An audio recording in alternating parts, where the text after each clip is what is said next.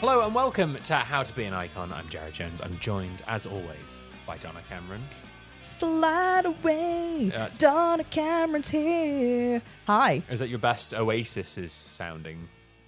No, because if I wanted to, I'd do a shine. Oh, and people would love that. If you haven't already turned off because of that beautiful singing, thank you for staying and thank you for listening. Welcome to the show. Yeah, welcome to the show. If you haven't already, please give us a follow on your podcast platform of choice, whether that is Apple Podcasts, whether that is Spotify, whether that's Audible, I guess, Podbean. A cassette we send you in the mail. Yes, whatever it is that you're listening to us on, thank you very much. And like I say, give us a follow, give us a like, give us a comment. You can also subscribe to our Patreon where we have our wonderful book club going on. This week we have an episode on The Secret Life of Oscar Wilde. Well, that is our second book in our summer book club. And of course, you also get access to our post-show, or in this case, it's a pre-show. We recorded this beforehand, so you can have a listen to that right after this. But today, How to Be an Icon, we're hitting another first. Because we're doing our first band. We're doing a band, and we're doing Oasis. I gotta say, love Oasis. big fan of Oasis. Aren't we all? As children of Britain, as children, 90s kids of the UK. Yeah. Oasis is kind of in our DNA. Well, you know, it really is. Number one when I was born, some might say. What? That is so fun. Yeah. So, and that it was that. But then it depends on where you look. I think the official UK chart was, it was Some Might Say by Oasis, but other people have said it's, Take That with, what's it called? And we've come so far, and we've reached so high, and we've looked each day and night in the eye, and we're still so young, and we hope for more. A lot of singing on this episode. It really is. It's gonna be a fun one. Never forget by Take That. In case you were there, I think they were the number one album. I think that would make sense. Yeah, and Oasis were the number one. But I mean, two absolute belter songs. I'm not complaining about either of those. Being if we have to capture 1994 in a bubble, right? It's 95, but we have to capture 1995 in a bubble. I turned 30 this year. Like, you've been lying about your age for as long as I've known you. I'm not making myself older. But yeah, what's your favorite Oasis song? Oh God, it's really, really hard because I have been listening to a lot of Oasis recently. I think it is "Don't Look Back in Anger." That's fair. That's a fair one. Why? What about you? Some might say, for sure. That's fun. I also love "Cigarettes and Alcohol." That's another good one. No, not the song, just the just the concept. Yeah. But yeah, no, love Oasis. Very excited for this episode. Oh. So in the same way that our Aussie episode was very, very close to home for you, it's not quite as close to home for me. But I am a child of the Northwest. Yes, you are. I am from Blackpool, which for people who are not in England, that is kind of the Switzerland of northern cities. We're so neutral. Everyone comes here on vacation. It's Liverpool and Manchester. They both have to agree on Blackpool. Well, because it's the nearest seaside town that's not Southport. That's true, yeah. And no one likes Southport. Oh, God, no. But ladies and gentlemen, put everything in sepia tone. Close your eyes. Imagine Manchester in the 90s, because it was proper grim up north. I can't imagine it being a particularly nice place to be, you know, from what I've heard. But we are in the north. North with a hard north. Yep. But starting in Manchester in the early 1990s, the group originally consisted of 4 members. Liam Gallagher, Paul Bonehead Arthurs on guitar, Paul Gwigsy McGigan on bass, and Tony McCarroll on drums. Liam joins eventually. I was going to say we're missing Noel joins eventually. Yeah, we're missing a key member there that we definitely need to include at some point. But we are starting in Manchester in the 80s, which is, as I've already said, grim as you can think of it. It's grey. It's industrial. Oh, it's really interesting, actually, because Manchester was England's first industrial city, which means it is also its first post-industrial city. That makes sense, yeah. All the factories closed down and no one had a job. Yeah. But they did bear the brunt of this northern England working class misery. Yes. That we've come to romanticize so charmingly in comedy now. Yeah. Interestingly, though, it's also where a lot of the country's biggest like bands at the time come from. Yeah, absolutely. Because you got a lot of that going on of the Manchester's- hacienda and all Oh, that my stuff. Yeah, Goodness. I did not have the time to get into the history of the hacienda, which Yeah. I would love to. We will do an episode on that club Oh, one absolutely, day in and of 100%. itself. Yeah, 100%. Because it's incredible. But like, before we even start at Oasis, we have the Smiths, we have Joy Division, we have the Stone Roses, and we have the Happy Mondays. Happy Mondays, mad for it. You know, we Mad- were mad for it. Manchester. Manchester, we were here for all of that, and it's great. 24-hour party people. That's kind of where we're at with these things at this point in time. It's great. But we've also got Shadow Play and There's a Light That Never Goes Out. You are, yeah. You know. We're also very sad about things. Well, yeah. Jared, Mm-hmm. the most important thing that we have not talked about yet. Oh, of course. What are the Gallagher's favorite drinks? So, I'm going to say, is it a beer? A lager? Would you like to name the lager? If you had to. The one that's coming to head into my... I don't think this is their favourite. I think people who listen to Oasis' favourite drink is Stella Artois. I don't think Oasis' favourite drink is Stella Artois. But we might have to do a post show very quickly to talk about the social fucking weight that Stella Artois has over our country. Yeah, we should absolutely do a tier list of British beers. Yes, we'll do that. We'll definitely do that at some point. Unfortunately, you're so wrong. This blew my mind. Go on. When I read this. Go on. So, Noel Gallagher's favourite drink is Evian water and Yorkshire tea. Get out. Get out. He has said in several interviews that his favourite drink is Yorkshire tea. Oh my God. A proper strong Yorkshire tea. I can get on board with that. Evian water, though. You live down south He's for like... love it. I think it's great. Oh. I love you, Noel, but that's disgusting. That's awful. We'll also get... Hold on. The list... Okay. Liam has stated, I like those apple cider vinegar drinks, the one that everyone bangs on about. Loves those. And in an interview with The Mirror, he reportedly spent hundreds on frozen margaritas at a local pub during the lockdown. Now that's my Oasis. That's my Gallagher brothers right there. They have also stated they have a enormous fondness for Guinness, Jack Daniels, and gin and tonics. Okay, well, yeah, that's that. All of those make sense. Noel will also insist that chicken and mushroom pot noodles are always on the band's rider. Not quite a liquid, but I mean, depending on how you make it. It depends how you make it. Well, yeah, you got a little bit of soup at the end. You eat all your noodles. You got a little bit left. You drink For that. people who don't live in England, a pot noodle is, if you imagine like a Japanese cup noodle, but worse in every way. Just made worse in every single way. This is like a complete tangent, but Hit me with it. When I was, it's quite common. They're considered like student food. Yes. Students will live off pot noodle. And pot noodle came to our university and gave out free samples. And they didn't get rid of all the free samples, so they just left like pallets of them. That's so funny. Pallets of them in the student union. And people would just go and collect some pallets. I had 3 pallets of pot noodle. What Well, this is the problem. I never ate any of them because it's the worst flavour. Is it beef and tomato? No, worse than beef and tomato. It was sausage and gravy, and it was foul. They were disgusting. They stayed in my flat, and they were like, "There's like in case of emergency food, and then extreme in case of emergency food." And the problem was, like there's been a flood, and we need to feed people. Yeah, literally, no one ate them. These things were just all around. They were like That's a so bad. rough that university students, like rats, are going. No, thank you. No, that. Just the worst. Absolute awful. Yeah, pot noodles typically come in 2 flavors, chicken and mushroom and beef and tomato. Yeah. Chicken and mushroom is the better of the 2. They both taste like MSG. Yeah, they do. Noel is the second oldest and Liam is the youngest of 3 sons. Born to first-generation Irish immigrants Peggy and Thomas Gallagher. Yes. Thomas Gallagher is a proper bastard. Okay. real bad dad. Mm. So we can all ring our bad dad alarms.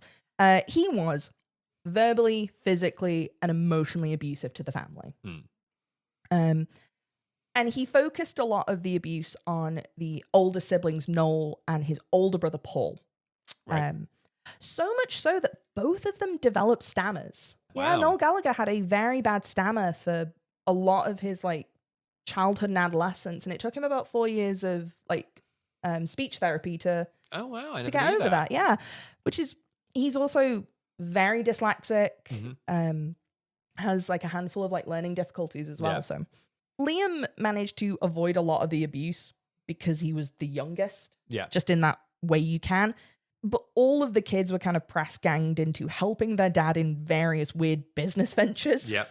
My favorite being helping their dad DJ. Okay. That's normally a one-man operation, you know? That's...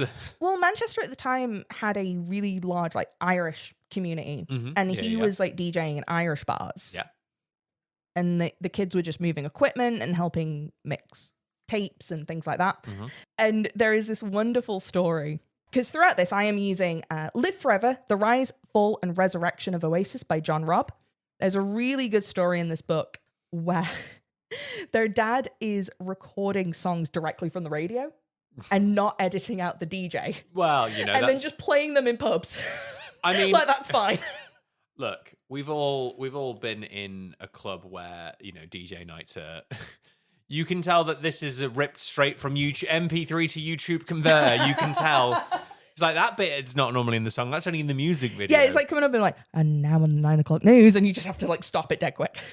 The one thing they did get from their father is that Noel and Liam are both lifelong Manchester City fans. Oh, they sure are. Oh, God, they are. They absolutely are. And growing up, they were absolutely part of like football hooligan firms.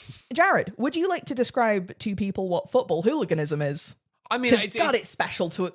You know, we have it in other countries, but the way the British do it is just so special. I mean, the way that we unfortunately, you know, since we've gone liberal and woke, we don't have football gangs anymore. And you know, I know, you know, we've not got the, you know, the Green Street and the Football Factory and all that kind of stuff. Like, we don't have any of that anymore. We don't have this organized crime of working class people with no jobs and nothing else to do to fight each other. Yeah, just fighting each other every weekend and, you know, just being actively hostile to people who don't support the same local team as you. No. Again, we're such a soft society now. No. All wrapped in bubble wrap, you know. People would be rioting today and they'd be wearing high-vis jackets to do it, you know. They wouldn't be getting in a proper scrap.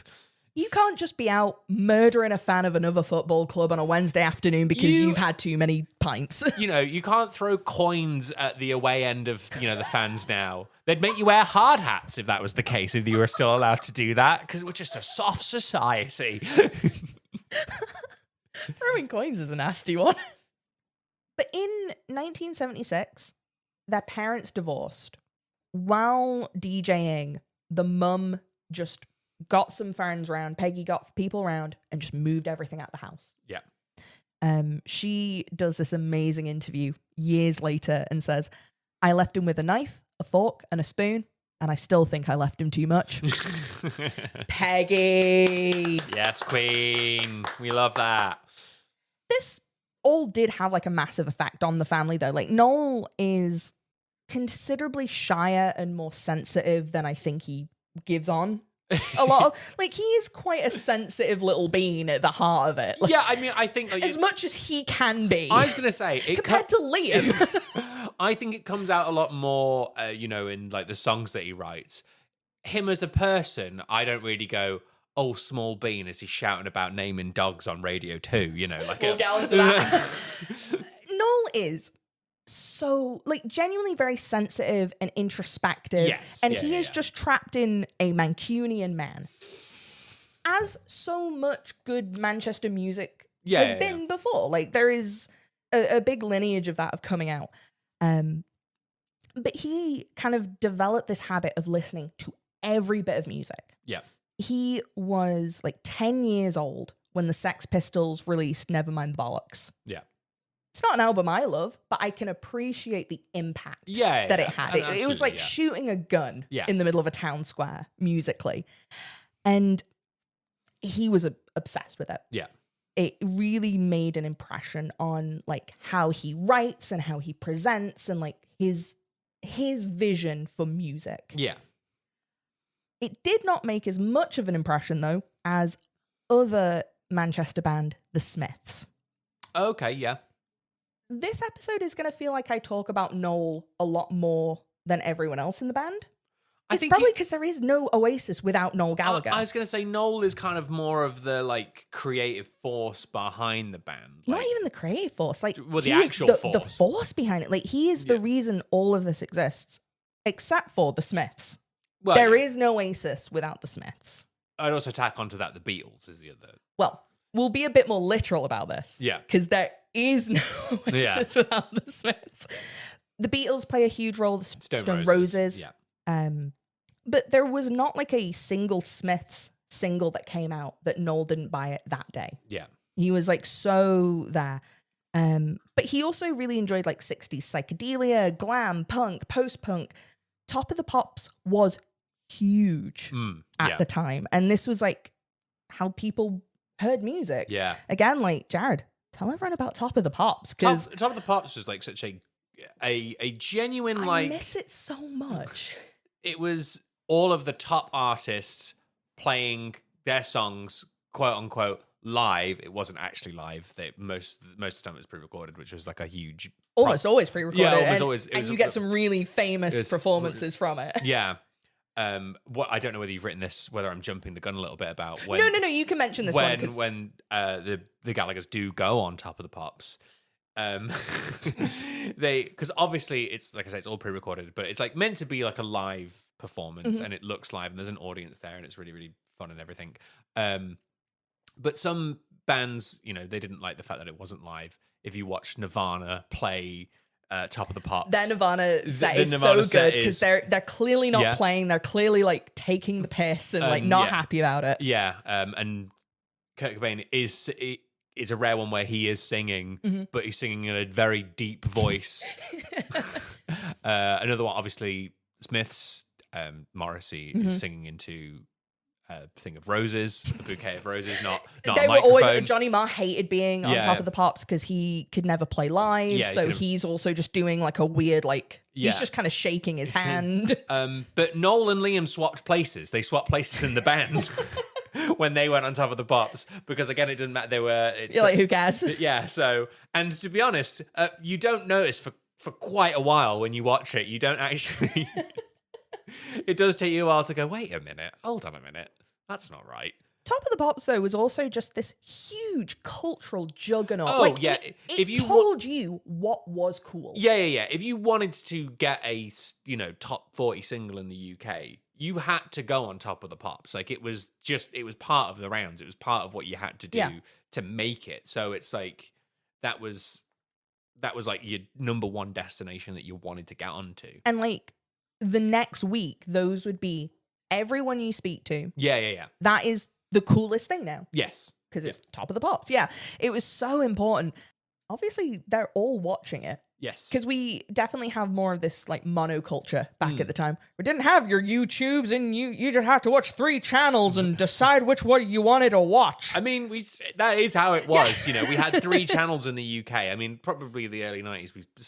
We might have got Channel 4. We had Channel 4, so we had 4 channels, and we're sort of dipping our toe into like satellite television at this point. But that is like if you are very rich, you're not getting. They're not getting this. Yeah, they're not getting this. So it is like you say, it's very much a monoculture of like you've got 4 TV channels to watch.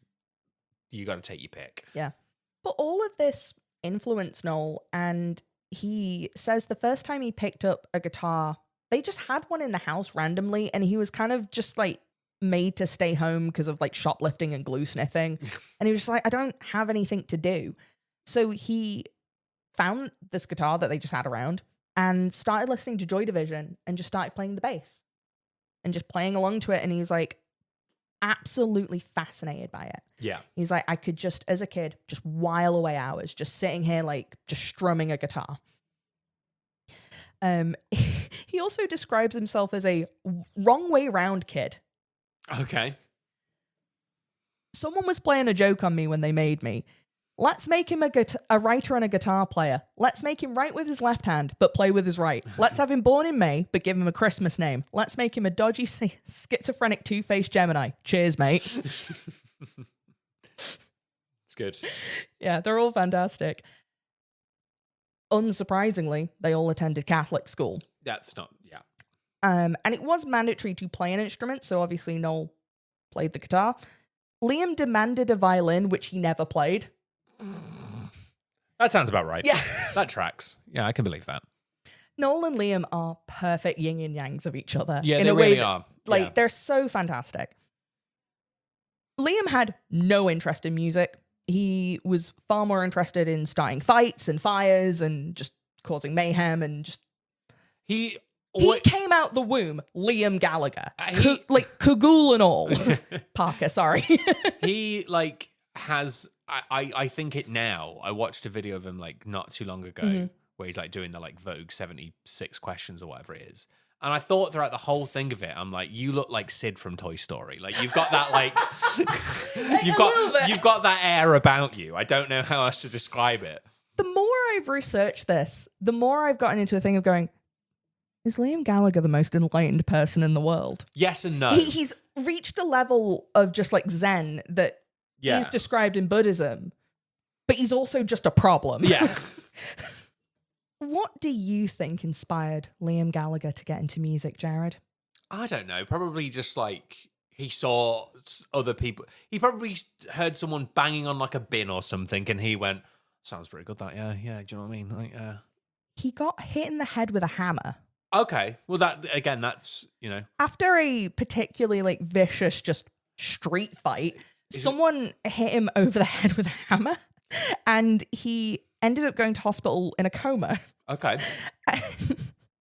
When he came round, sorry, it still cracks me up. I cannot read this without laughing. Come. He heard Madonna's Like a Prayer and thought, that's a fucking tune, mate. It's like when people wake up from a coma and speak Japanese. Whatever it is, thank you. He heard Madonna's Like a Prayer and went, I get it, music. I mean, that's a reaction that I think we can all have to Madonna's Like a Prayer. Her whole album, it's incredible. Go listen to our Madonna episode if you want to learn more about that. Fantastic. There's a lot of crossover. Hey, that Madonna, yeah. Hey, you should sound that, yeah. Do you know what I mean? Do you know what I mean? Like a Prayer. Class that, yeah. That's probably that was the sum total of it. Meanwhile, Noel had become a roadie for another band called In Spiral Carpets. Oh, yes, I know In Spiral Carpets. I've never heard of them. You never heard of In Spiral? No, yeah, I Clint hadn't. Boone, shout out to him. Yeah, no, In Spiral Carpets, they were like again part of the Manchester scene. They were doing they were really big of it. They were massive at that point. Yeah, it's not a band I knew anything about until doing this. Liam had also just started like doing music stuff with people. It seems very anticlimactic, but it's a lot of people who don't have jobs just doing things with each other. Yeah. Just going, oh, you want to play guitar? Yeah. And then they go to the pub and then they talk about the guitar in the pub. And then and we all just kind of, it snowballs down and we end up with a band called Rain. Okay. This is the original lineup of Oasis, apart from Noel. Noel's in Spiral Carpets, moving their shit around. Okay, yeah. Mostly because Noel had been doing everything he could to work near music. And he has this lovely interview where he's like, I'd have been dead happy just working at a guitar shop. Yeah. Like, I just want to be like near it. So when he got invited to play with Rain, he was like, yeah, sure, why not? Again, no one's doing anything. Also around this time, Manchester and Liverpool both have massive live music scenes. In a way that they don't anymore, and it breaks my heart. Yeah. But like, it was so common for regular people to also have bands. Yeah. And a lot of these bands didn't go anywhere. Some of them became Joy Division and Oasis. Yeah. Of like just... it's one of those things of like, it's so surprising of like the past decade or something like that there's only been 3 bands at number 1. Isn't that crazy? That's wild to me. But yeah, it's like a lot of people were just... Music at the time didn't have to be your job. Yeah, You could be in a band and that should be the thing that you do. Yeah. You were able to kind of balance both, whereas now you have to make a decision and be an artist, and Yeah. it's kind of harder to be a part-time band member. Eventually, though, Inspiral Carpets fired Noel. They were about to go on a South American tour, and they basically told him not to come. Oh, man. And he was really hurt at the time, but he was like, "Oh, they are doing me a favor. Yeah. They don't want me to be their roadie. They want me to be in a band." Yeah. And it kind of pushed him out to that. So he started performing with Rain full time. They began performing, doing like little gigs and, pubs and bars. And Yeah. this is when Noel learned that he could play the guitar standing up. When he never occurred to him, He'd never done it. He'd always played sat down, and he'd never owned a guitar strap. And apparently it took him a sec to like learn how to play standing up. This is also where Liam develops his really iconic stage presence. Yeah. Liam Gallagher is such a great frontman. Oh, he is, because it's really interesting of like how he is so captivating to watch, and he does nothing. He does nothing. He doesn't nothing. Move. He just hangs on the mic. He's hands behind his back, pushing forward, right or there. Or he's like gripping onto it, and but he's like he's not doing that much, and yet you can't take your eyes off of him. Oh, he is so enigmatic. Yeah, he really is. And like it's like such an intangible quality that it's like I don't know what it is about Liam Gallagher, because like Noel doesn't have that. Noel, I think, is like very Noel is a genius. Noel can write and like play, but he's not that front man. Yeah, it's not that he doesn't have presence, because he obviously does. He's Noel Gallagher, but he doesn't But have he's not Liam Gallagher. Yeah, no, that's it. It's so hard to describe. Yeah. And all of the things that I've read as well, it's other people going, I don't know what it is. Yeah. It's not star quality. It's not X Factor. It's something. It's Liam Gallagher. Yeah. Like there's no. He describes what he does on stage as stillism. That's a very which is a word he made. That's a very good way of putting He's like, it. yeah, it's just stillism. That's just what I'm doing. On April 1st, 1993, I was like 3 months old at this point. Yep. Oasis played the Crazy House in Liverpool. Oh. Now, I only know the Crazy House. It's still there, I believe. It has. It's not been torn down yet. I have not been there, God, well over a decade since I was last. Probably same, yeah. Yeah, since I was last in the Crazy House. It is an absolute dump. And I think it's always has been a dump. It was you would either go there as your last place that you go. You either go to Pop World, which was next door, or you go to the Crazy House, and it would really depend on what the vibe was and how much ketamine people were willing to take. Guys, and do you want to go to the Cray? No, I don't. The Crazy House, by the way, was a 3-story bar in Liverpool. Yeah, where one was like metal and rock music. Yeah. Then it was like indie music. Yeah. And then the third floor was like just your pop club. But like a bit rockier, but like, yeah, it was. They play a bit of Arctic Monkeys, but it was like more of the like. Yeah, it's more mainstream, yeah. I am not exaggerating. This place is like a Hieronymus Bosch painting. Oh. It is an actual nightmare. I remember going in there once, and there was a little person behind a set of speakers doing a piss and smoking a cigarette. Yeah. And then he tried to like shout at me. He was a frequent. He used to frequent the place. I can't believe that we both know the same guy. Yes, yeah, what no. an actual menace. Yeah, no. He just used to piss everywhere. This is probably like we probably had like a real sliding doors moment at some point. You and I like just like ships in the night. Ships in the night going into the Crazy House.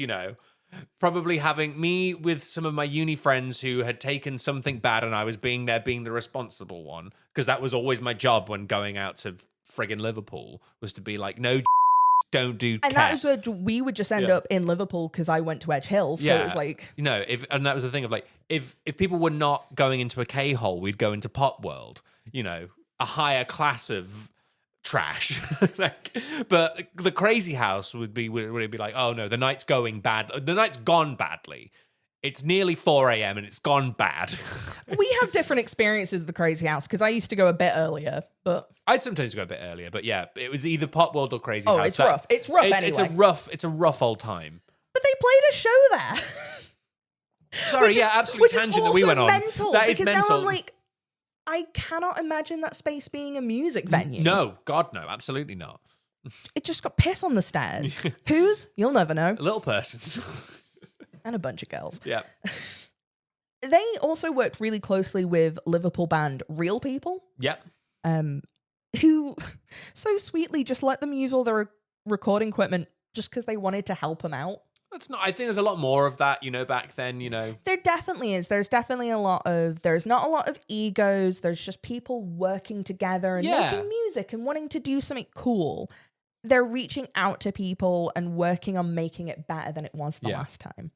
There's a really good observation that Noel Gallagher makes that Liverpool and Manchester are very different musically because Liverpool bands want to be the biggest band in Liverpool, whereas Manchester bands are more happy to share the stage. Yeah. And I do agree with that. I think we see a lot more collaboration with Manchester bands. I guess the thing is, like, Liverpool bands, like, the bar was set very high with the Beatles. You've got to be the Beatles, yeah. So you have to kind of step up to that, of course. Yeah. But they're also just slowly, like, over time, developing through word of mouth, like a friend telling a friend, a band telling a band, a demo being passed to someone else. And, like, Britpop is very slowly starting to take over from, like, the grip that grunge had. Yes. Because grunge was everywhere. Yeah. And we do see this kind of push and pull of, like, American and British culture. We have for, like, 100 years now. And this was just an example of it. But they're slowly starting to get there. Bands like Pulp have rebranded and are becoming a lot bigger. Suede is making magazine covers. They have, like, this one with, like, a big Union Jack. Yeah. And we're doing a lot of Britain's cool again. Yeah. Suede, of course, obviously one of the members of that brother, Richard Osmond, from our arch rival podcast, The Rest Entertainment. The beef that we have. They're well-researched, wonderful podcast that I listen to every day when I can. Suede are rubbish, Richard, and you know it. Yeah, as is pointless. Thursday Murder Club, more like Thursday Don't Bother Club. Wow. Limited run in cinemas. Yeah. We're going to make this beef happen, okay? Look, that's my lesson of how to... Start to jump the gun a little bit. That's my lesson of how to be an icon. Start a beef with someone. That's... Well, we're not... We're nearly there. Hold your horses, bud, because we're still called Rain. Okay, right, yeah. There is a problem. A, because the name's shit. Yeah. And B, there's also a Liverpool band called Rain. Oh, man. Noel wanted to call the band The Underground Market. No. It's based on a market in Manchester that sold really cool shoes. I get that, but no, that's... No. Liam wanted to call it Oasis after the Oasis Leisure Centre in Swindon. That's... You know what? Again. It's apparently... Everyone was, like, furious about this. They're like, we cannot name it after a leisure centre. But he's like, Oasis, though. I mean, He just kept saying it. But it's good. It's like, you can't, like, dispute that. Like, the other great thing is they originally wanted the logo to be in the Adidas font. Yeah. Which is so on brand, so funny. Yeah. Imagine how hideous that would have been. Imagine we have to deal with, like, that awful. It's so weird because it's like, it's close. But I can see why you go, oh, I want that. And then you do it and you go, doesn't look right. It's the same thing of, like, when you have, like, a band name, like Oasis, it just sounds right. Yeah. You can't put a thing on why Rain doesn't sound. Rain's not right. And the underground market. Yeah. But no, Oasis. They couldn't be called anything else. But also in 1993, they wrote Live Forever. Damn. We're just knocking it out of the park, We are going to go through this in this episode. The songs that, like, front load their career are bonkers. Yeah. And they're all, like, the ones you're thinking of. If you know an Oasis song, we're going to talk about it. I am going through this being like, all of these are on the same album. Yeah. Oh, yeah. Those first two albums, like, they make some really good stuff after those first two albums. Sure. But those first two, it's like, my God, definitely, maybe, Live Forever champagne supernova, some might say. And we're going to get there, Doug. Just all of them, just all of them. Mad for it. But we're jumping ahead because it is May 31st, 1993. Yep. And they gatecrash a gig at Glasgow's King Tut's. Okay, yep. Do you remember we stayed in a hotel next door to this venue? We did. Yeah, because we made fun of the name. We did. It was called like King Tut's Ha Ha House. And you're like, oh, wait, no, it's like a really famous venue in the city. Another band that Oasis knew were playing. And they were like, can we just come and do a show? And they're like, you're not booked, but sure. They just showed up. But this is when they meet Alan McGee from Creation Records. And this is all very important. Yes. Creation Records also signed Primal Scream. And then another huge band at the time. Big one. He was drunk off his rocker. Yeah. It's proper Glaswegian bloke. Yeah. Goes out for a, big air quotes, few drinks with his sisters. But ends up just seeing Oasis. Just kind of by happenstance and signs them then and there. Yeah. He sees them play live and go, those guys. The first person he calls is the PR of Creation Records, Johnny Hopkins, and says, I've seen this amazing group. They've got real attitude and great songs. I want you to do the PR. 30 minutes later, he calls back and is like, they're a cross between the Beatles and the Sex Pistols. This leads the author of the book I used to keep using the phrase Sex Beatles. Which I hate. It's not great. He keeps describing Oasis as sounding like the Sex Beatles, and I'm like, no. No. Alan proceeds to call Johnny Hopkins every 30 minutes for the rest of the night to tell him about Oasis. Yeah, we love that. We love getting drunk phone calls off people, especially from your boss. Gotta love that. I'm going to say that is like cocaine behavior. Definitely. The other thing you got to think as well is that's not a mobile phone call. He's finding a landline to do that. Oh, yeah. He's having to... He's having to put that number in every time. Or he's put it in the speed dial, and we all remember how hard that was to do. Oh, yeah. He's got his car phone from Car Phone Warehouse, and it's just in there, big block in the middle. Love that. Originally, Noel really wanted Oasis to be signed with Factory Records. Mm-hmm. Factory Records are a very famous Manchester-based record label, again, who signed Joy Division and every big Manchester band you can think of. Yeah. They also opened the Hacienda, whole other story. Yep. But Noel was really like, I want to work for Factory. We're a Manchester band. We should be with a Manchester label. And Factory basically rejected them, not because they didn't think they were good. They were like, we cannot handle this. Yeah. We are at absolute capacity. We do not have any money. You're going to be very, very famous. I can tell that. I can't deal with this. Yeah, that's quite a common story, I think, Yeah. With people like that. I know that Chapel Roan recently had to get new management because they're like, you got too big too quick. We can't deal with this anymore. Yeah, I think they just heard a lot of what they had and went, you are incredible. We don't have any money. Yeah. Everyone else is, to say they weren't serious is unfair because everyone is taking this seriously. Everyone wants to do this. Everyone is working very, very hard. But it's Noel. Noel is like a shark. Yeah, he wants this to happen. Because he gets a record deal and now he is trying to find a manager. Yeah. And this is one of my favorite stories I've ever come across. Okay. He meets a guy in the Hacienda, the Manchester bar owned by Factory Records. Mm-hmm. And he is talking to a guy at the bar who is talking about his brother. Our kid's just done a gig. And Noel's like, who the fuck's your brother? Yeah. It turns out his brother is Johnny Marr from the Smiths. Oh, wow. And he's like, why didn't you say?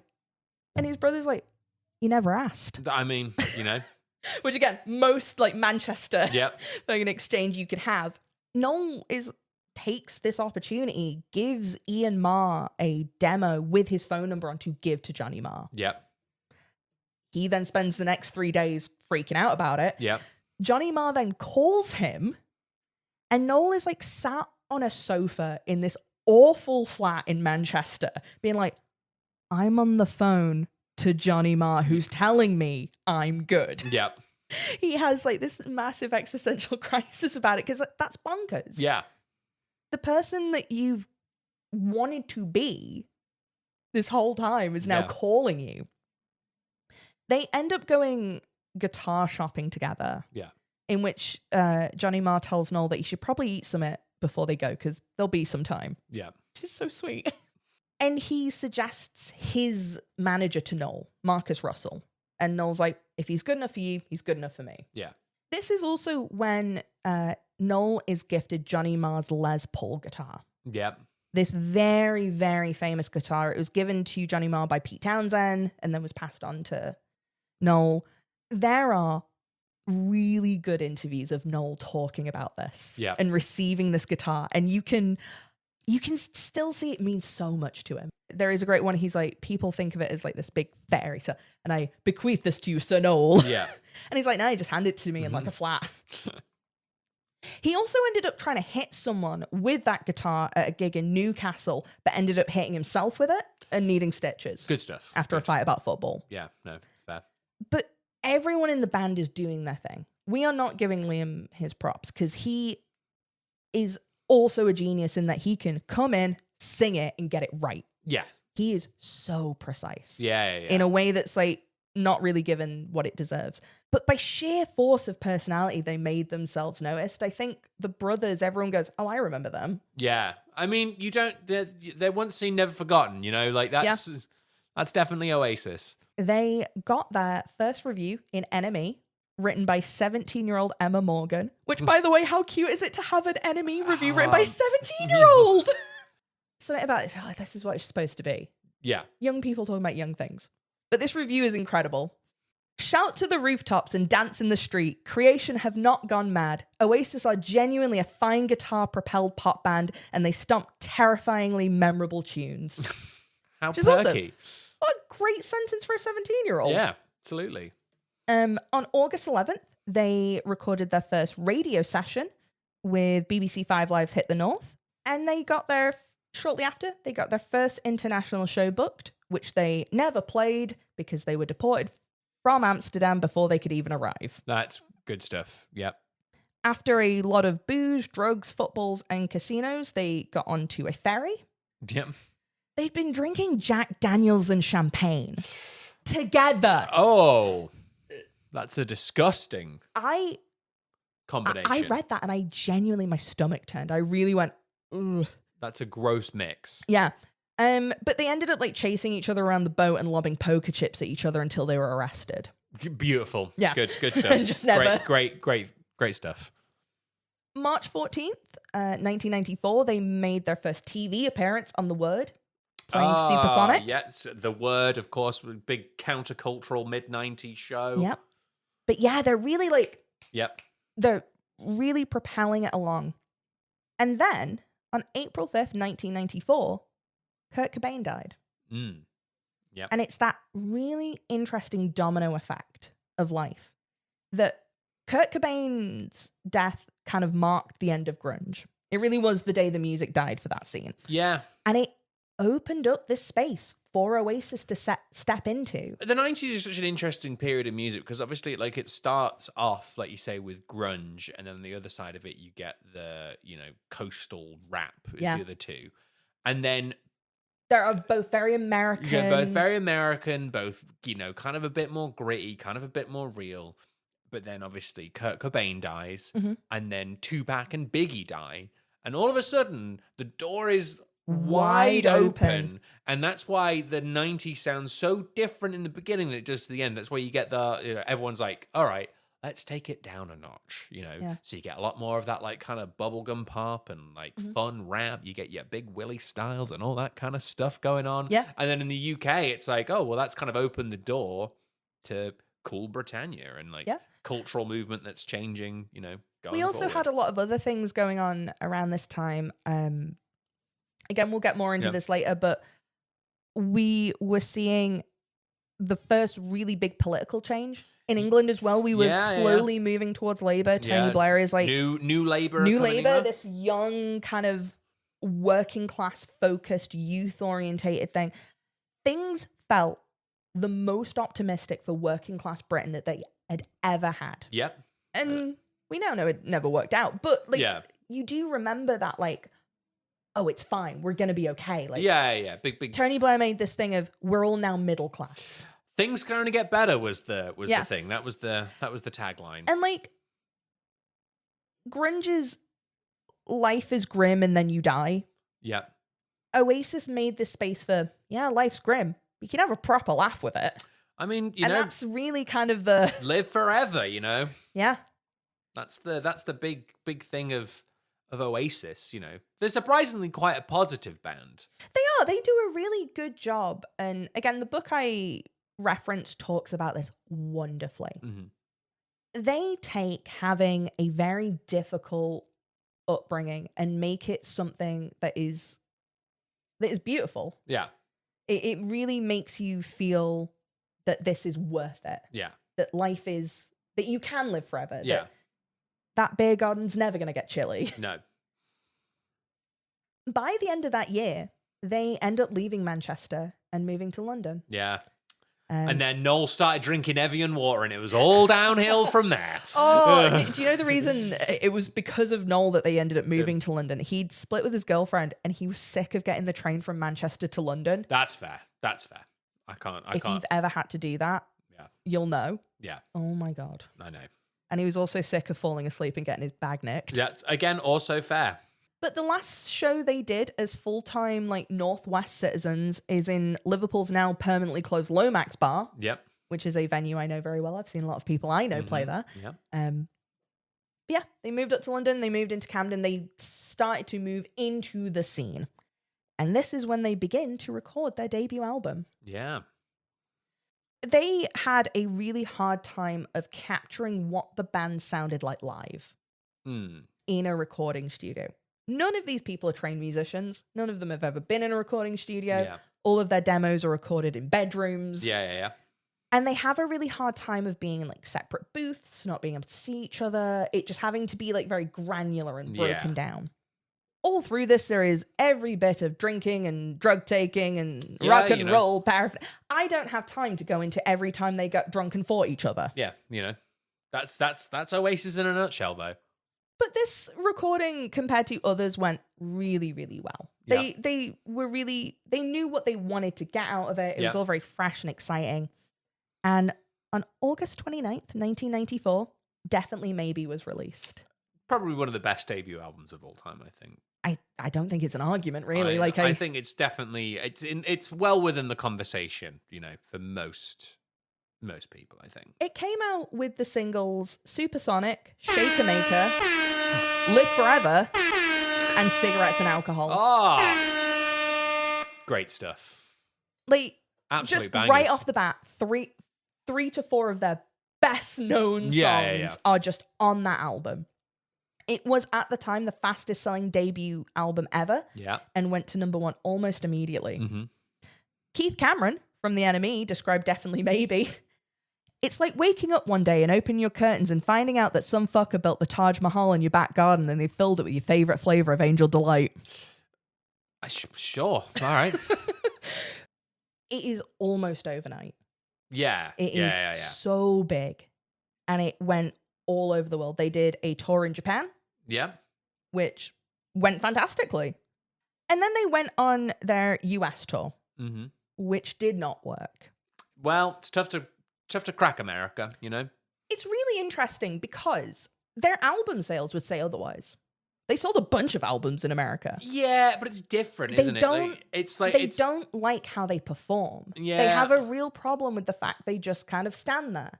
American audiences want shows. They love the razzle-dazzle. They want performance. They want a thing. That's not what these guys are doing. No. And they're also, and this happens a bit more later on, but then people started to go because they wanted to see the brothers fight, which also didn't happen every show. It wasn't shtick. It was just their relationship. Yeah, they would just get aggy at one another. Yeah, so American audiences found it very frustrating of they're either not fighting with each other and they're just standing there. Yeah. So kind of a bit... Yeah. The tour ended, you know, in all of the fights and the things that they do. But shortly after, in 1995, they started work on the next album. What's the Story, Morning Glory? Again, huge. Well, this is the one that contains the big one. This is the album that contains Wonderwall. It's yeah. And like, if you're not an Oasis fan, you'll have heard Wonderwall. If you are listening to the show and you do not know Wonderwall, turn the show off. If you've got ears, if you've heard music in the past, I'm going to say 30 years, you probably have heard Wonderwall. Have you ever been to a leaving party or Jared, a graduation or like anything? Many things that have ended with Wonderwall. Yeah. Have you been somewhere and some shitty guy with bad facial hairs pulled out a guitar and started strumming on it? He's probably started to play Wonderwall, you know? Has a club DJ needed to tell you that the bar is closed? Yeah, it's Wonderwall. It's Wonderwall. It is a song that definitely suffers from being overheard. Yeah. It does have that, but honestly, like, after listening to this show, take a sec and just put some headphones on and just like actually listen to it as itself. Yeah. It's gorgeous. It's so sweet. Yeah. It, like all Oasis songs, it was written and recorded really quickly. Yeah. Noel's writing lyrics in the back of cars. He's writing them like the day of. Yeah.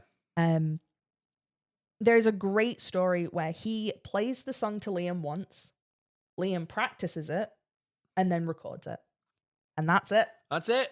You don't need any more than that. He did the vocals 4 times, and that was the whole take. Yeah. That's wild. They recorded Wonderwall in less than a day. I mean, I think that's often how it goes, though. You know, we were saying last week about Ozzy Osbourne and Black Sabbath recording Paranoid. They did it in an afternoon as a complete throwaway. You know, just wrote it and recorded it there and then. And I think there's a lot of bands where you just go, well, you just nailed that in one. You don't need to overdo it.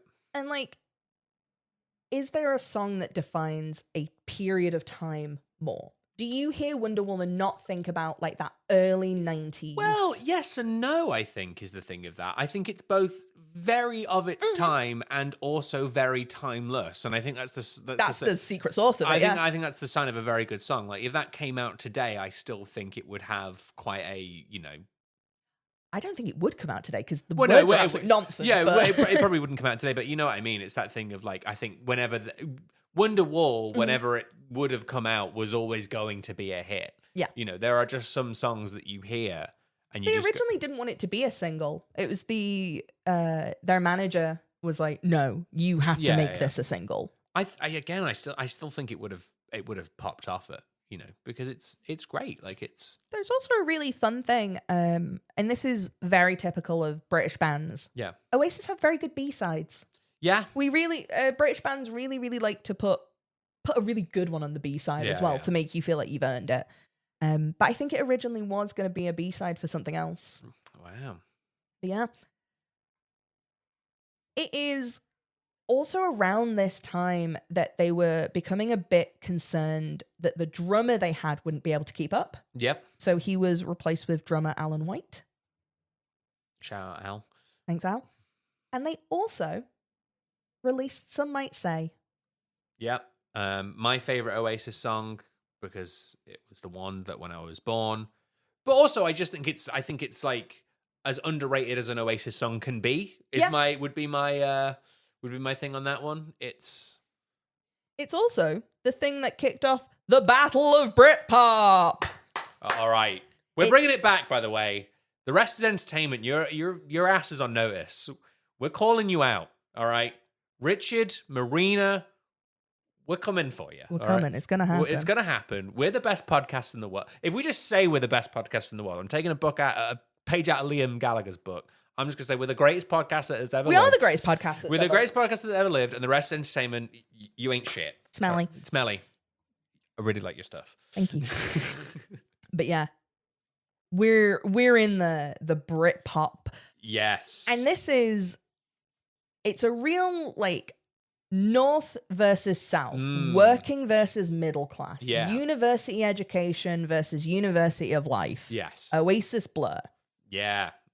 Both bands kind of go, oh, I didn't take it that seriously. At the no, time, you both took it incredibly seriously. Incredibly seriously at the time. I got recommended a clip. Like sometimes I get like vintage news clips that get recommended to me on YouTube. Which are great. Which are great. And they had this like charity football game, which by the way, right, this charity football game had Take That, Blur and Oasis, and it was taking place in some like leisure centre field somewhere. And like, How did you organise this? Like, the local kids all came out to watch. And it's like, if this was like a thing now, like imagine that kind of level of something. It'd be like, that'd be in like Old Trafford. Like, yeah, that'd be enormous. That'd be huge, but no. It's not in the Swindon Oasis Leisure Centre. They're just having like a kickabout. And yeah, there's like, but there are news cameras there because it's the first time that you're going to see Oasis and Blur in the same place. Yeah, they're playing football for charity, but like, they're working together. But they're going together, and it's like, ooh, you know, Liam put in a bit of a stiff tackle on Alex James. Yeah, it's just, you know. From what I understand, is that Oasis were very eyes on the prize, and Blur were being a bit like, you guys are so funny, and then realized they weren't being funny. And then they had to start not being funny. Yeah. Before this, neither of the bands considered themselves Britpop. Yeah. That was for more, again, bands like Suede. And things like that. Richard. And Noel and Liam had even liked and attended Blur gigs. Noel had gone to a Blur gig and loved it. There are a few Blur songs that Liam has stated that he really likes. Really started to kick off, though, in the 1994 Brit Awards. Oasis won Best Newcomer, and Blur won Best Band. And Liam heckled them through. Of course he did. Yeah, I can believe that. The tensions start to build. Yep. As Blur moved the release of their single Country House to be the same day as Oasis's Roll With It. Oh, love Country House, though. I love Roll With It, too. Oh, I prefer Roll With It. I'm an Oasis girl. I can't do Blur. It's too it's too middle class for me. No, I love Blur. They are. They're really good. They are good. They're really good. No, absolutely love, but I think I do prefer Oasis. Again, I'm from the Midlands, so I'm the real neutral party in all of this. I was going to say... I have no allegiances either way. I have to stick my flag in the north. This whole thing, though, was an absolute mess because Blur did the Pokemon thing where they released 2 versions of their single. So fans had to buy 2 of them. Like Taylor Swift. They had 2 different B-sides. So you had to... That is some Taylor Swift type stuff. And Oasis had made a mistake with the barcodes on their album art. So they weren't able to track all of their sales properly. So there is this absolute pissing contest of being like, well, you've cheated and we don't have enough numbers. And you go, yeah, well, you didn't sell enough and we've sold more. That's... Again, no one cares. In September of that year, Noel Gallagher told The Observer, I hope they catch AIDS and die. Fucking hate the 2 of them. Whoa. Referring to the 2 members of Jeez. That's a bit much. This is a statement he has since retracted and has apologized for many times. I was going to say, that's a spicy one. Blur ended up selling more singles in the charts, but at the end of the day, HMV won. That's the thing, that dog with that record player. Yeah, you know. And at the end of the day, we all won. Yeah, I mean... Because we got Blur, we got Oasis, and we ended up getting the Gorillaz. I'm not going to... You know, 2 of the greatest British bands of all time at the same time. It's, you know, it's kind of like getting Stone Cold Steve Austin and The Rock. That's right, it's wrestling, baby! You didn't think it was going to happen, but I brought it up every time. I just don't know why they're doing it. It just seems well gay. Why are you trying to fight a man? Just stab him. But yeah, no, it's like these are 2 massive, huge, in any other time, they're the biggest band. Yes. And they happen to come be along at the same at time. the exact same time. There is a very, very sweet quote from David Albarn years later saying, I really value my friendship with Noel because he's the only person in the 90s who went through the same thing I did. Yeah, I think that's very fair. And I think now they are on this very mutual understanding. Yeah. And I think they also knew that it helped them both out. Yeah, it did. It got them in papers. It both helped them and hurt them because this also really just put the press on Oasis. Yeah. They were already doing so because Noel and Liam love squabbling. We have the Wibbling Rivalry interview, which is incredible. That charted. That got into the charts. So good. If you don't know what this is like a recording of the Gallaghers arguing with one another, and it was so popular they put it out on a tape and on a CD, and it charted in the UK. That's madness. Yeah, absolutely wild. I think their like bickering is no more than you would with a sibling. They have the thing of, like we were saying about Ozzy Osbourne. If you were never famous, Yeah. if you just stayed where you were, you two would still be doing this. Yeah. You would be absolutely. at each other's throats. Yeah. There's a great story towards the end of the band where Noel ends up beating up Liam with a cricket bat. Yep. And the cricket bat is now up in the recording studio. It's beautiful. Which is great. Yeah. You're only going to beat your sibling up with a cricket bat, you know. It is also around this time they met disgraced UK Prime Minister Tony Blair Yeah. at the Cool Britannia event. Yeah. That was, That photo is wild. It's so just like you look back on it, it's like, oh God, this is so cringe. But at the But time, at the time it was so cool. At the Because like, time, oh it my was God, so- we it's- have a Prime Minister who who's- likes Oasis. yeah, and so cool. he's so down to earth. And then the Iraq War happened. Well, yeah. When he met Oasis, Noel was like, yeah, I was really sure he was going to ask me to write a song for him. And then he just told me about the band he were in. And I was like, what's the point? Yeah. And then I think he did cocaine in 10 Downing Street. That's fair. I would too. Great story. Rip a line there. Oh my God, absolutely. This is all so cool and so big, though. Yeah. It is starting to take a toll on them. Yes. You now have two of the biggest albums in the world. You are touring. There is drugs. They are drinking nonstop. Like, Mhm. everyone is in their early 20s. This bunch of lad from Manchester who now have more money than sense. Yeah. And more freedom than they ever need. Yep. Gwigsy ends up leaving due to nervous exhaustion and is replaced by Scott Malode of the IRs.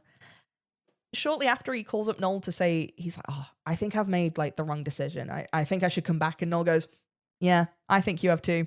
Good luck signing on. Which is so brutal. That's so rough. What's the Story Morning Glory was recorded in 15 days. Damn. Like I said, it took Liam 4 takes to do the vocals on Wonderwall. Took him pretty much the same to do any more. Yeah. They had a real trouble with keeping Liam in the studio. He could probably do 5 to 6 takes and then get bored and leave. Yeah. So they're like, let's just do them as quickly Bang as it we can. out. Yeah. This is also when Noel decides that he wants to start singing. Mm-hmm. And Liam's being like very absent, not always there. So he decides that he is going to sing Don't Look Back in Anger. Yeah. Another Oasis song I love. Oh, it's absolutely a classic. I think this song now, Don't Look Back in Anger, is especially like really special in Manchester. I think it's kind of considered a bit of an anthem in that city. I'd say so, yeah. I think you hear it a lot at football. And you heard it a lot after the 2017 Ariana Grande incident, the bombing there. That song came back in such a big way because it just is so positive and it just makes you feel like you're okay. Yeah. There's a real emotion to it. In 1995, they released the album, What's the Story, Morning Glory. Huge. With the singles, some might say, Yeah. Roll With It, Hell yeah. Morning Glory, Oh, Wonderwall, Don't Look Back in Anger, and Champagne Supernova. that's incredible. That's wall to wall. It's a best of. Yeah, right? That is a Those two albums are the best of Oasis, right? I mean, What's the Story is like. Yeah, it's crazy that you just have that. It sold 345,000 copies in its first couple of weeks and stayed at number 1 in the UK charts for 10 weeks. That's the album, not even the... I can absolutely believe that. This is not an exaggeration. This is one of the most important British albums of all time. Oh, 100%, It sits there with the Beatles. It sits there with every other British band that you're thinking of. It's there. Yeah. It defines the 90s. It Yeah. defines Britpop. It puts working class Britain on a global stage. Yeah. It really is so impressive. This success also has its downside. Yeah. The press are nasty. Yeah. And they are rabid for Noel and Liam because they're great. Mm. They make headlines. They do a great soundbite. You know, they've got some of the best sound bites is from Noel and Liam. And they don't even need to be talking about anything. You know, and if you get them riled up, even better. They'll either fight themselves, they'll fight each other, or they'll fight you. But Yeah. you'll get a good sound clip out of it. The papers are closing in on them. Yeah. And a really nasty example of this is the News of the World. Now disgraced newspaper, no longer with us. They paid for the Gallagher brothers' father to gate crash a gig they did at a 2-night run in Dublin. They paid for him to his flight and to they paid for his flight, his hotel, and the tickets. And he basically just waited in the bar because they knew the brothers would see him as they came out after they'd finished the show. What a scummy thing to do. Yeah. Unbelievable. Liam saw him first and was just like a bat out of hell. Like, what are you going to do? He's furious. And in this like really rare moment, Noel manages to diffuse it. Yeah. There are so many examples where Noel doesn't do this. There is just something about it. He's like, you've got to go. We just leave. Yeah. But the pressures of fame are getting to them. They are having to lock up demo tapes and having people supervise them overnight because reporters are breaking in and stealing them. There's also a great story. They were recording and they came in the next morning and Jarvis Cocker's asleep on the sofa because they'd locked him in the studio by accident. I mean, that's He's fair. just kind of ambling about. It's like pre-mobile phone. He's like, well, I just had to. oh, the door's not opening. I guess I'm here for the night. Where else are you going to go? They have insane security. They are having to change cars mid-journey to like confuse the press. Like they cannot go anywhere or do anything. Yeah. But they keep going. Yeah. And it is on the 10th and the 11th of August, 1996. They play Nebworth. Oh. And this... Again, everyone knows it. This is where I'm going to start to round off our episode. Mm-hmm. Because this, I think, is what makes them icons. I think it's kind of the pinnacle of that, of like, you know, Oasis mania. Yeah. And they say so themselves as well. Of like, you know, like they have said that is the zenith of it. That is, we could not be any bigger. Yeah, they were never any bigger than they were at that point. Except for maybe last year when people were trying to buy tickets for Oasis. Well, it's interesting you should say that. 2.5 million people applied for the £22 tickets. I mean, I'd apply if it was 22 quid. Like, you know, that's... Also, what's so fun is in 1996, 22 quid for anything seems like such an outrageous amount of money. And now you go, 22 quid for a gig ticket is like, I'll give you 2 of my toes as well. But it was 4% of the entire UK population had applied for the tickets. Damn. Isn't that bonkers? That is insane. Like, that is crazy. Over the 2 nights, they performed to over 250,000 people. Oh, man. Those photos are insane. Yeah. We will post them on the socials and all this sort of thing, but there is a story where Noel is seeing the venue a couple of days before, and he's in this field, and he is talking to a guy, and he's like, so where's the stage going to be? And he's like, can you see that tree? And he's like, yeah, just about. And he's like, can you see the tree behind it? And he's like, no, not really. He's like, well, that's where the stage is going to be. Damn. And he's like, you're going to fill this? And he's like, yep. God, that is insane. You kind of can't get your head around it. It's so big because they were worried about like, how are people going to hear us? Well, I mean, it's a good thing that they're the loudest band that has like ever been, you know. But other than like Motorhead. But, yeah. But yeah, they were... It just kind of proved that a group of absolutely no ones from Manchester, this working class bunch of louts, could be the biggest thing in the world. Yeah. And my God. So many people who look and felt like them are in that crowd. Yeah. No, that's absolutely it. And I think, and you know, they carry on after this. They, you know, they release several more albums. They obviously break up. And then as of last year, got back together and are currently on tour. I think it's very, very, Yeah, I think Oasis are like I said, they are both very much of an era and also So timeless. so timeless. And I can't think of any other band that are really. Maybe it's just because it's been in my lifetime. Yeah, the beginning I was, but a wee little child, or not even born in some cases. But you hear those first two albums now, especially, and you're like, God, this is still so good Yeah. and so fresh. And also, big feuds. That's the other thing. Big feuds are huge, but like you said, there is so much more to Oasis' story, but that is where they're icons. Yeah. They form, they change, they split, they become something else. It will never be bigger than that moment. No, it will never be bigger than that moment. And isn't that just like incredible? Yeah, people still talk about that gig now of like, oh yeah, Nebworth. Yeah. You say Nebworth and you know exactly what it is. You know exactly what we're talking it's Woodstock. about. It's all of those like truly like mythical music things that I'm sure they do still exist. I'm sure they do still happen. It's just you don't know that they're happening when they're happening. Yeah. That's it. Jared, are Oasis icons? I would say yes. But before we get into what lesson you can learn from Oasis, you can learn even more lessons. We're so smart. We know so many things. We know so many things. You can learn so many lessons from our Patreon. If you subscribe over there, you get access to our book club. It is free, by the way. You do not have to pay for our Patreon. You just have to sign up. And there you go. Just got to tell us we're pretty. You got to tell us we're pretty. And you get access to our post-show, or in this case, pre-show. Because we had to do some pre's. We had to do some pre's because, you got to do some pre-drinks for Oasis. That's Mad absolutely how stuff. it is. You can also follow us on Instagram. We are How to Be an Icon Pod. We post some very fun things on there.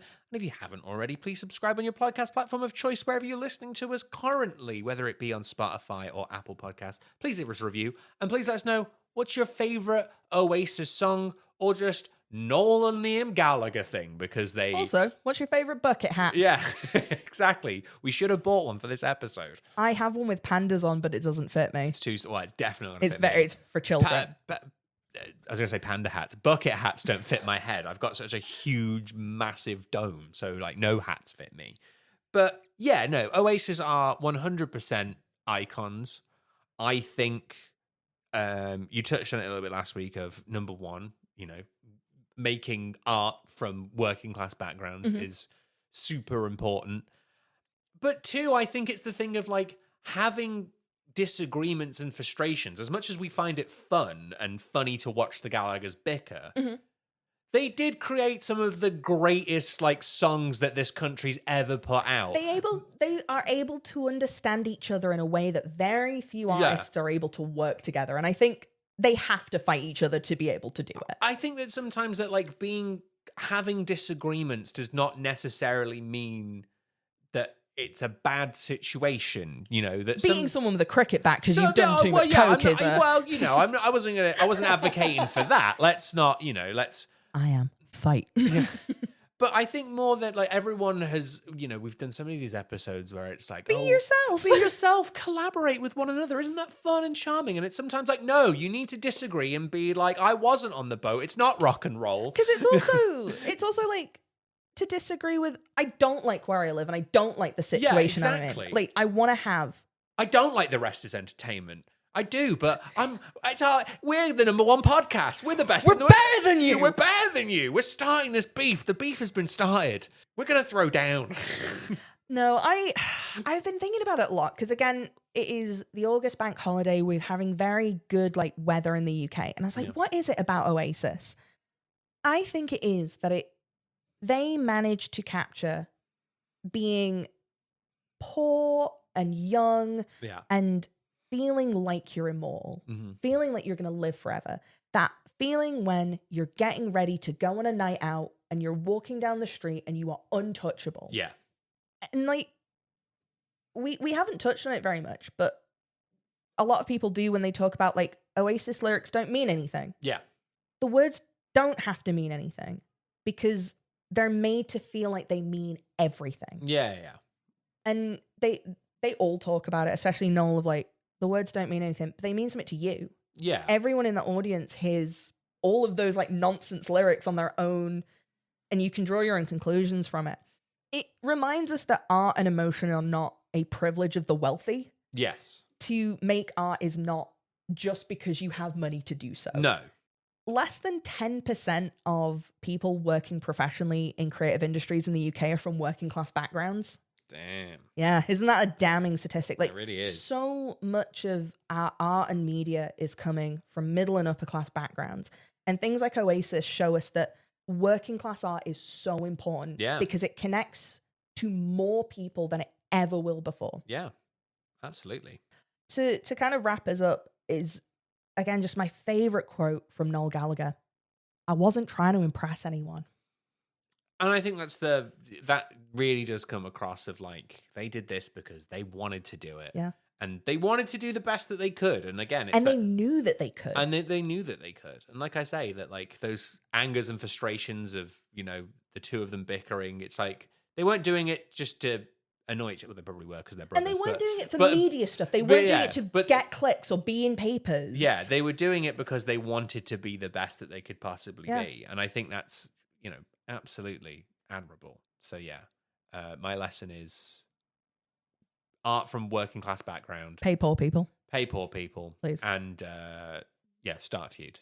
If you want to go for it. Yeah, the rest is entertainment. We're coming for you. Yeah, you got to punch the biggest guy in prison. That's what we're gonna do. All right, that's Richard Osman. That's Richard Osman. That's what we're doing. Oh, he's so nice. He's a really nice such man. a nice guy. I know he's very nice. He wouldn't let me punch him. No, but he wouldn't, and I wouldn't want to do that. No. But yes, thank you very much for listening. Like I say, if you haven't already, please give us a follow on your podcast platform of choice. Give us a review. Leave us a comment down below. We would really appreciate it. Next week, we're heading to the beach, baby. Beach. Because it's not Nicki Minaj. It's Nicki Minaj. It's not her. No, we're heading to the beach and we're heading to the 90s again. Because, what's that? It's only Baywatch. It's not The Hoff. It's Pamela Anderson. Yay! So please join us for that next week. Please join us over on Patreon where we're going to be doing our book club review and also our post show. But in the meantime, thank you very much, Donna Cameron. This has been a wonderful episode as always. Thank you so much for having me, lad. And live forever home safe, yo. Bye.